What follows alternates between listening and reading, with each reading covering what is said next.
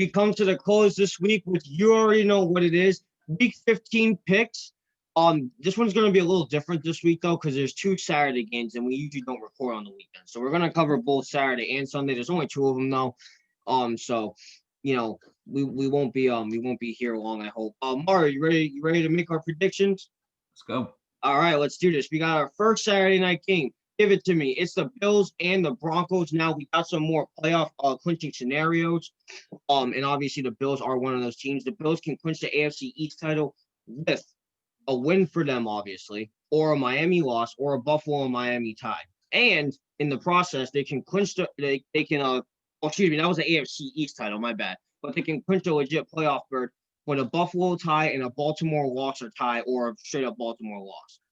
But one of those things has to happen. With that, keeping that in mind, let me get to a couple of insights. I don't want to get too deep in it. For the Broncos, they have allowed 16 passing touchdowns this season, which is tied for the second fewest in NFL entering Week 15. And the Bills are 6-1 since Week 7, which is the second best record in the AFC behind the Chiefs. Their only loss in that span was on the Hail Murray in Week 10. That's one hell of a name for a Hail Mary. Yeah, I know. This is a pretty simple one. I think the Bills are going to win this game easily. I don't think it's going to be a blowout, but I think it's going to be won by by 10 points, maybe. Yeah, I can see that too. I can definitely see the Bills win this game. I mean, Stephon Diggs is just on another level right now. And I mean, like, he got his own little ESPN interview. He got his own like nice little cover. I mean, hey, look, I'm telling you, man, Stephon Diggs is turning into a star. Yes. He was very good he was elite on the Vikings, but he is turning into a star with the Bills. And I wish him all the best, and I'm happy for his success. And I just think him and Cole Beasley are a very good duo right now. And I mean, Josh Allen's playing at a very high level. That offense is doing fantastic. The Bills' defense isn't bad neither. They're pretty good. They're pretty good defense. So I mean, I got the Bills win this game. As good as the Broncos' defense is, I just can't expect a lot out of Drew Lock. So Yeah, I I mean, I got agree. the Bills winning. I agree. We got the last Saturday night game. Give it to me. It's the Panthers and the Packers. I find it interesting because they played them at home last year. I thought they go back and forth with the home and away thing, but I guess not. Anyway, we're going inside the numbers with the Panthers. They are 0-9 when allowing 22 plus points this season. That's big. The Packers are 13-2 at home since 2019, which is including the playoffs, which is the highest winning percentage at home in NFL in that span. Let me give you 2 more. Green Bay has allowed 3+ offensive touchdowns in 3 of their last 4 games. Curtis Samuel has 5 touchdowns in his last 7 games, which is good. And the Packers are one of 3 teams to allow fewer than 30 points in each home game this season. And the only 2 teams that have been able to do that are the Rams and the Steelers. Give me the Packers to win this game. I don't think we're going to come anywhere close to beating Aaron Rodgers and the Packers. And I'm going to make another prediction. The Panthers are going to get eliminated from the playoffs. I got Green Bay winning this game too, but I think it's just gonna be a 4 point game. I'm gonna keep it real with you. I'm going with that. I honestly, I think the Panthers, Curtis Samuel, I think Robbie Anderson, DJ Moore, I think they've been playing pretty good this year. I think they can definitely do some good stuff offensively. You know, Mike Davis is a very good running back. Offensively, I think the Panthers are gonna have a day. I think the defense again is gonna probably fail them, and I think Green Bay will take advantage of that. So that being said, I got Green Bay winning, but I think this is going to be a close game. I can see that. I can see our team getting eliminated too. Anyway, our next game on the list. Now let's move on to Sunday. The rest of these are Sunday games. The first one is give it to me. The Buccaneers and the Falcons, the division game. Another playoff scenario here. The Tampa Bay Buccaneers. This is actually a really interesting one. All right, listen to this, Mario. They can clinch a playoff berth if they win and if the Vikings and the Bears tie. Now keep that scenario in mind because that's going to be in quite a few of these playoff clinching scenarios. I find that very interesting how both has to happen, which I can't really see that game being tied. But anyway, we'll get to those ones in a minute and the other ones. Let me get to some insights real quick before we make our predictions. This is the 7th rematch in NFL history between 2 former MVP quarterbacks that started against each other in the Super Bowl. The Super Bowl winner is 5-1 in such rematches. Pretty interesting stat. The Falcons have lost 3 of their last 4 games and won 3 of the previous 4. Oh, okay. I get what that means. All right. The Buccaneers are averaging 28.5 points per game, which is the second most in franchise history.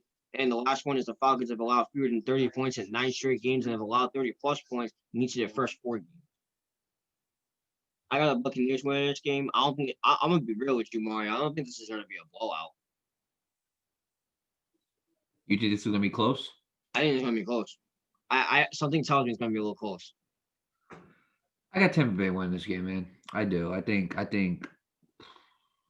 mean, I can't really say Tom Brady. I mean, Tom Brady does what he's supposed to win. Let's be real here. But I mean, I can't tell you, well, Tom Brady's gonna be a player of the week this game. It's not true. I don't think to me, it's not true. I think that this is really gonna lie in the hands of maybe Ronald Jones. I think he's gonna have himself a good day. I think Mike Evans might have himself a good day. You know what I'm saying? Like Gronk might have himself a decent day, but honestly, I think Tampa Bay is going to win. I think primarily on their defense. I think their defense is a very good defense. I think honestly, I don't want to say it's underrated, but it doesn't get talked about enough when mentioning elite defenses. Like Levante David is pretty good. I mean, Jason Pierre-Paul has been a very good player this year. Carlton Davis, the corner, has been very good. Shaq Barrett. Honestly, I'm a big fan of Shaq Barrett, man. Like you don't even know. And I think they obviously have one of the most underrated defenses in the league. So with that being said, I got Bucks winning this. I think the defense is really going to step up. I don't think this is going to be close. I'm not saying it's going to be a massacre, but I can definitely see this going between like 14 and 20 points. Like a 14. I could see like a 14, 15-point win for Tampa. So give me Tampa Bay on this one. All right. I can see what you're saying on that. I respect that. All right. Next game on the list is another division game. Give it to me. It's the Patriots and the Dolphins. Some insights: the Patriots 0.450 win percentage on the road versus Miami is the worst versus any opponent in Belichick era in a minimum of 3 games. The Dolphins have allowed 21 points or fewer in 9 of 13 games this season, which is the most in the NFL. And the Patriots are averaging 21.3 points per game this season, their fewest in a single season since 2000, which is Belichick's first year as a head coach. And Tua Tagovailoa has 9 touchdowns and 1 interception this season, the highest touchdown-interception ratio by a rookie in NFL history. I think it's going to be a very interesting matchup. I really do. I got the Dolphins winning this one, though. But I think New England's going to bring on a fight, to be quite honest with you. I'm going to keep it real. To say this, bro. I hate to say this. I got upset. I got New England winning this. Really? Yep, I'm gonna tell you why. Okay. Obviously, don't get me wrong. I think Miami's defense is a very good defense. I do, but you know what? Here's what I will say though. I think that Miami's offense, right? Tua is a very accurate quarterback, but I really do feel like Miami's offense is up and down this year, in a way. And I would have said Miami, but oh my God, you heard that yelling? Yeah. Sorry about that. Can't control that, but sorry about that, people. But I seen what the type of plan Belichick had against Justin Herbert. Justin Herbert is this gunslinger this year who's just heaving it down the field. He's just scoring touchdowns, and I'm like, this guy's really good this year. And then I'm looking, and like New England shut him down. I think there's a lot of lessons that Tua can learn. Do I think he's gonna get shut down and embarrassed like Justin Herbert did? No. But I will say this. I think that New England's defense can do just enough to the point where Miami loses this game. And you've seen how, and I seen Miami lose against Denver this year. It's happened, man. They've lost against Denver. And I mean, like, Denver was a very good defense. We got to remember that too. And I think the New England Patriots have a very good defense. Now, do they have a bad game against the LA Rams? Absolutely. You know what I'm saying? We all have bad games. If everybody loves Patrick Mahomes, he had a bad game against Denver too. Which is why I'm saying I think it's going to be very hard for Miami to win this game. I think Tua is going to have a very tough time with Stephon Gilmore and J.C. Jackson, who I think might be one of the best cornerback duos in the league. So with that being said, I got New England winning this game. I do by an upset. I think Miami will end up kind of like learning from this, and they're going to build forward because remember they do have Buffalo in the last week, which is a game they really got to prepare for. But I got New England winning this game. Yeah. That's my upset of the week. This is upset of the week, guys. Remember that. That's going to be a tradition now. Anyway, next game on the list, give it to me, is the Lions and the Titans. We got another playoff scenario here. They can clinch a playoff berth. Get this. This is also a very interesting scenario of clinching a playoff berth. The Titans win in a Baltimore loss, or the Titans win, a Raiders loss, which already happened, or a tie, which didn't happen, a Miami loss, and a Cleveland win or tie, or Tennessee wins with a Las Vegas loss or tie, or the Dolphins lose, or get this, the Titans or Browns clinch strength of victory tiebreaker over Miami. It's a very interesting way of clinching a playoff berth. So keep that in mind for you Titans fans out there. Anyway, let's get to some insights real quick. Derrick Henry has fewer than 85 rushing yards in 5 of 7 home games this season, 100 plus yards in each of 6 road games. The Titans are allowing the third most fantasy points per game to wide receivers this season. That's not really anything important. And another one with Derrick Henry. Derrick Henry has averaged 113.7 rushing yards per game in November and December games since 2018, which is the most in the NFL in that span. And TJ Hawkinson is one of 3 tight ends with 50 plus receptions and 6 plus receiving touchdowns this season, behind Darren Waller and Travis Kelce. And the Titans are averaging 30 plus points per game in a single season for the second time in franchise history, which was back in 1961 when they were the Houston Oilers. So this is a pretty interesting match. I'm gonna be real with you, Mark. I got the Titans winning. This game, but I have a feeling that the Lions are gonna keep it a little closer than what everybody thinks. They kept it close against the Packers last week. I think they can do the same with the Titans. Right, I got the Titans winning this too, and the Detroit's offense has been pretty good these past few games. They've been a very good offense, so I mean, I could definitely see this game being close. With that being said, I still have Tennessee winning. Again, I just think Derrick Henry's just another hand. I think he's just too much. I think it's beyond their control of stopping Derrick Henry.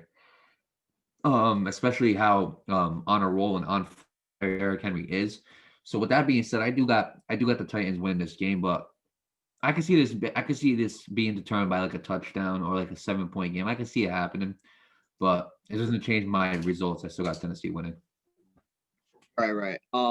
All right, we got the next game on the list, another division game. Give it to me. It's the Bears and the Vikings. Just a quick few insights. The Vikings are averaging 146.9 rushing yards per game this season. They're most in the season since 2012 when Adrian Peterson won the MVP. The Bears had 24 plus points in 5 of Mitchell Trubisky's 6 starts this season, and fewer than 24 points in each of Foles' 7 starts. And the Vikings have not made the playoffs in back-to-back seasons since 2008 and 2009. They made the playoffs last year. And the Bears are allowing the 3rd fewest fantasy points per game to wide receivers this season. That's not really important. But this one is. The Vikings have allowed 100-yard receivers since week 7, and the Vikings have won 5 of their last 7 games. They started season 1-5. Pretty interesting. They're turning the tide, and they kind of need to. I'm gonna keep it real with you, Mario. I think you guys are gonna sweep the Bears this season. Yeah, I got my team winning too. Now look, I'm gonna say this right now. This is gonna be a hard game for them to win. It's gonna be very hard for them to win because the Bears offense has been showing a lot these past 2 weeks. And one guy that they need to watch out for, that I didn't think they needed to watch out for the whole year, was David Montgomery, because the past 2 weeks, David Montgomery has been having some good rushing games. And Mitchell Trubisky has been playing very, very good. But what do I expect from it? I do expect the Vikings to have a game plan defensively to stop them. That's what I expect. You know what I'm saying? I mean, and I got to give credit to these rookie corners, like obviously if you heard me in the beginning of the year, I was dogging on my team, but these rookie corners really picked it up. And like you said, the stat you read right there, they haven't let go of a 100-yard receiver since week 7. So, I mean, it shows how productive these Minnesota corners are. And I read something today too. This really shocked me. Right now, Cam Dantzler has a better PFF grade than Stephon Gilmore. That shocked me right there.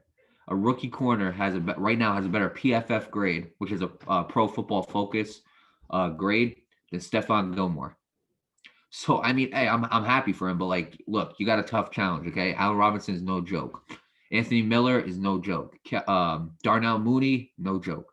So you guys really do have a tough game coming up. But I expect you guys to play. But I expect them to play well, and I expect them to get the wins, especially since they're at home. I expect them to get the win. So with that being said, give me Minnesota to win. And again, I'm just gonna say good luck to my team. Yeah, of course. We got another division game in the AFC South. Give it to me. It's the Texans and the Colts. Let me give you a couple insights. The Texans are allowing the second most fantasy points per game to running backs this season. Another one that doesn't really matter. Unless if you're a fantasy geek like us. The Texans have allowed 100 plus rushing yards to 7 players this season, which is the most in the NFL. The next closest team has allowed 5 such players. Deshaun Watson's only interception since week 6 came against the Colts, believe it or not. Philip Rivers has a 46-24 record. A .657 win percentage in his career in December and January.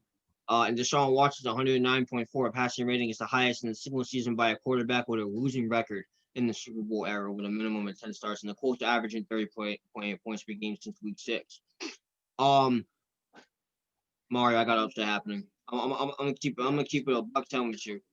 I can see the Colts winning this game. I do. I think I got an upset. My gut's telling me upset. I think this is going to be a very close Wait, game. hold up. Are you telling me you're upset is the Colts No, beating the Texans. Oh, you just said I could see Indiana. I said I could see the Colts winning, but I have upset in my gut, so I'm going with Texans. Okay. So you got I got Texans. I got a Texans upset win. All right. I got Indianapolis winning this game. I think that their defense. I think that they do have a very good defense. I think that they have been showing some.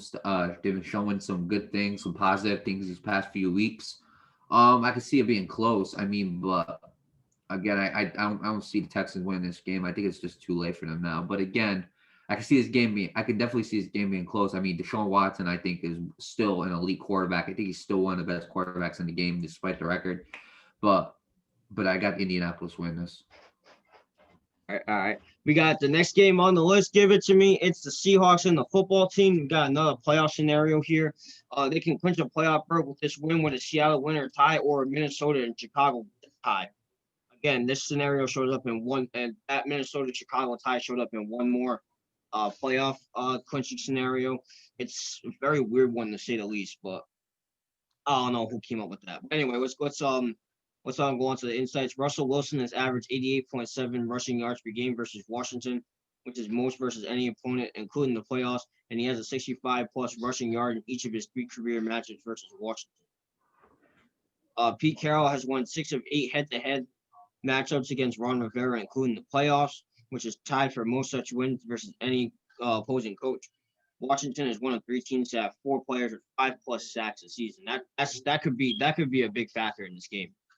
And Russell Wilson is one of 3 qualified quarterbacks with a 70+ comp percentage this season. Wilson has more pass touchdowns than any of the 2 QBs combined. I got the Seahawks winning this game, but I think this is going to be a very close game. I think he's going to be honest, I can see this being a defensive game. I can really see it being a defensive game. Yeah, I got Seattle winning too, but I want to say this. Last week, I believe Seattle played New York. They played the Jets. Yeah. Okay. You got a nice dominant win against the Jets, which we expected, considering you're the Seattle Seahawks and then the New York Jets. I mean, like, that's all we could really expect.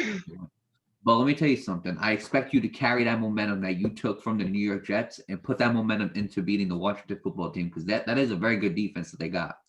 But I expect the old Russell Wilson, the good Russell Wilson to show up, and I expect him to set his team up for success. I expect Pete Carroll and his offensive coordinator to come up with an offensive plan that is absolutely going to work in beating this team. You know what I'm saying? Because I think the Washington football team's defense is a lot better than the Seattle's defense. I'm going to keep it real with you. So I don't think defense versus defense, Washington can win that all day. But I will say this. I expect Seattle's offense to have a game plan in beating Washington's defense, or else you could see another upset. So with that, I do have Seattle winning, because I do expect them to come in and take some of that momentum from the New York Jets game and apply it to the football team's game. But I expect the offense to be a lot better than what it's been. I agree. We got the next game on the list. Give it to me. It's the Jaguars and the Ravens. Let me just give you a couple of stats, because I ain't even going to waste my time with this prediction.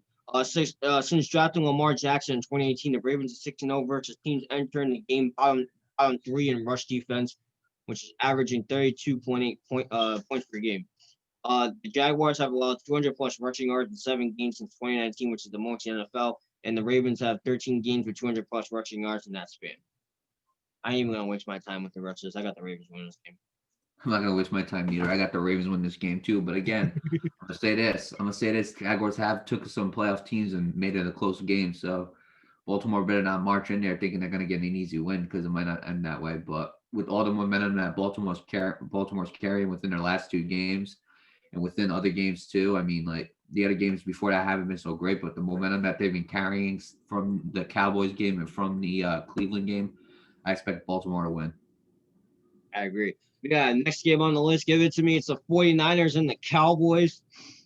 Let me give you some insights, of course. Dallas is averaging 17.8 points per game with Andy Dalton as their start of the season, and they were averaging 32.6 points per game with Dak Prescott. That goes to show you how drastically that the offense changed without Dak Prescott. And that 14.8 points per game gap is the fifth largest by starting quarterbacks on the same team in the same season since 1950. That's big. The Cowboys are averaging 110.9 rushing yards per game this season, which is the 18th most in the NFL. And they're on pace to finish outside the top 10 in rushing for the first time since 2013. Brandon Ayuk is averaging 99 receiving yards per game and has 3 touchdowns in his last 5 games and 33 yards per game, 1 touchdown in his first 5 games. And the last one, Ezekiel Elliott has 5 games with 350 yards, rushing yards this season and 6 such games from 2016 and 2019.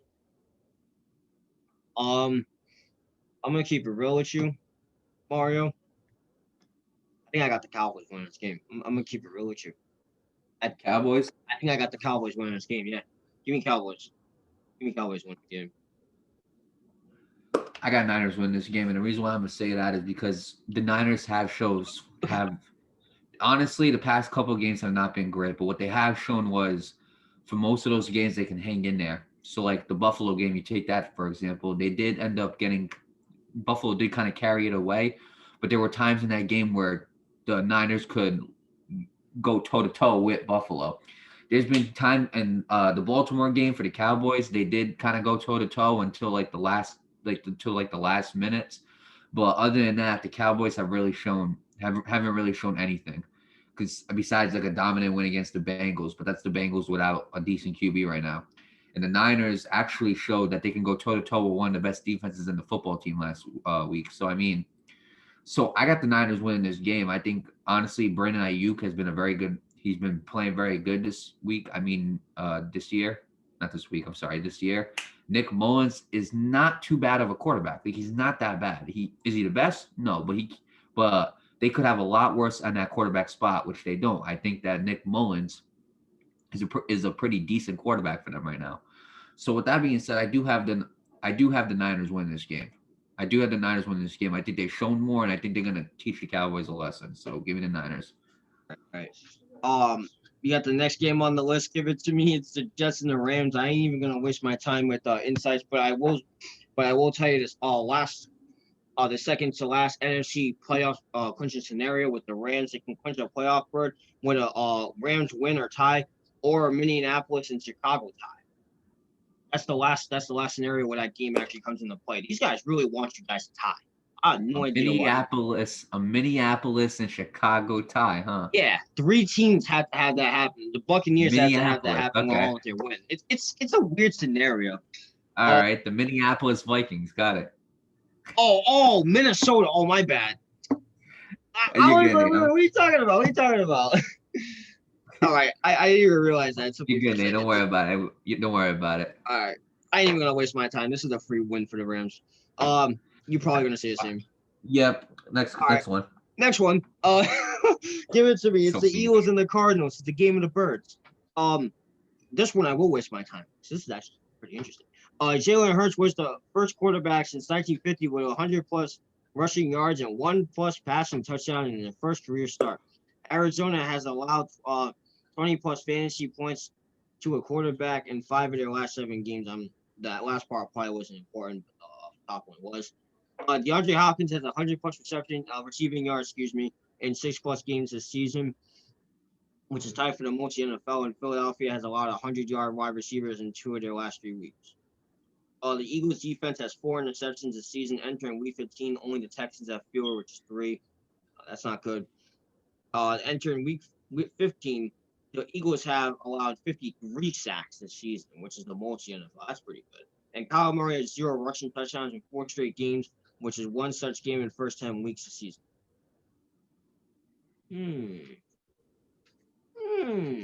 I mean, the Eagles showed a lot of promise with Jalen Hurts,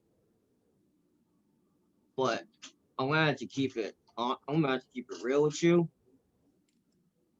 I got the Cardinals winning this game. It's gonna be a very close game, though. I do too. In my opinion, I just Jalen Hurts has been had like 2 decent weeks. I just don't actually 1 decent week. The game against Packers wasn't that good, but I can't see him. There's 2 questions in my mind that are very questionable to me, and the reason why I think Arizona will win. One is how well can your Eagles defense hold over? That's the first question, which I don't have trust in that Eagles defense a lot. I don't have a lot of trust in that Eagles defense if I'm an Eagles fan. And second of all, how much trust do you have in Jalen Hurts to offensively be great? And I don't have trust in that neither. I'm gonna keep it real with you. Kyler Murray has shown us how good offensively he can be. DeAndre Hopkins has proven how offensively good he can be this year. Kenyon Drake has proved how offensively good he can be this year. The defense for the Cardinals, Hassan Reddick showed what he can do on defense. Patrick Peterson has been showing what he can do on defense. Chandler Jones is showing what he can do on Buda Baker. I can go on and on, man, with this team. But here's what I will say: the Arizona Cardinals have proven more to me this year than what Philadelphia and Jalen Hurts has. And they had 1 good win against the New Orleans Saints. I'm not taking that away from them. But if they think that they're going to carry, I'm gonna keep it real with you, man. I want the Eagles to win. Because the Eagles win and the Vikings win, the Vikings go up in that 7th spot, and the Cardinals drop down. So I do want the Eagles to win, but I just can't see it happening. I got Arizona. All right. We got the next game on the list. Give it to me. It's the Chiefs and the Saints. Both of them actually have playoff scenarios. I'll talk about the Saints first. They can clinch the NFC South title. Remember, they already clinched a playoff berth with their win against the Chiefs, or a Tampa Bay loss, or both of them tie. As for the Chiefs, the only thing left they have to do is clinch a first-round bye, and that happens if they win and Pittsburgh loses and Buffalo loses or ties. All of those have to happen in order for them to clinch a first-round bye. It's not or. They have everything, and that has to happen. And that's all the playoff scenarios for this. For on Sunday, there's one more for Pittsburgh, but they play on Monday. So let me get to this game. The Saints have defeated one team currently above 500 this season, which is the Buccaneers twice. I actually didn't even know that. Now that I think about it, it makes sense. Anyway, Patrick Mahomes is 8-0 in his career versus top 5 scoring defenses, which is based on ranks entering game. So that could change. Alvin Kamara has fewer than 100 scrimmage yards in 6 straight games, which is the longest streak of his career. And the Chiefs have won 10 straight road games, which is the longest streak in franchise history and the longest active streak in the NFL. And the last one is Travis Kelce has 749 receiving yards over his last 6 games. Can you believe that for a tight end? That's crazy. And again, it's the most by a tight end in 6 games in a 6-game span of a single season of all time. I think this is going to be a really, really big game. This one's a little tough. I'm gonna be honest with you. I think the Chiefs might come out on top. I really think they're gonna have a battle coming their way. I got the Chiefs winning too, Nate. Not gonna lie to you. I do think it's gonna be a battle, but here's the tough part about all this. Chiefs win, you're gonna start hearing news about the Saints. You're gonna start hearing questions about, well, can the Saints team really do what they're supposed to do? And you're gonna hear that speculation. Even though Drew Brees plays a good game, you're gonna hear that speculation because they lost against the Eagles, and that loss, and if they lose against KC, it's setting up the conversation, if you know what I'm saying.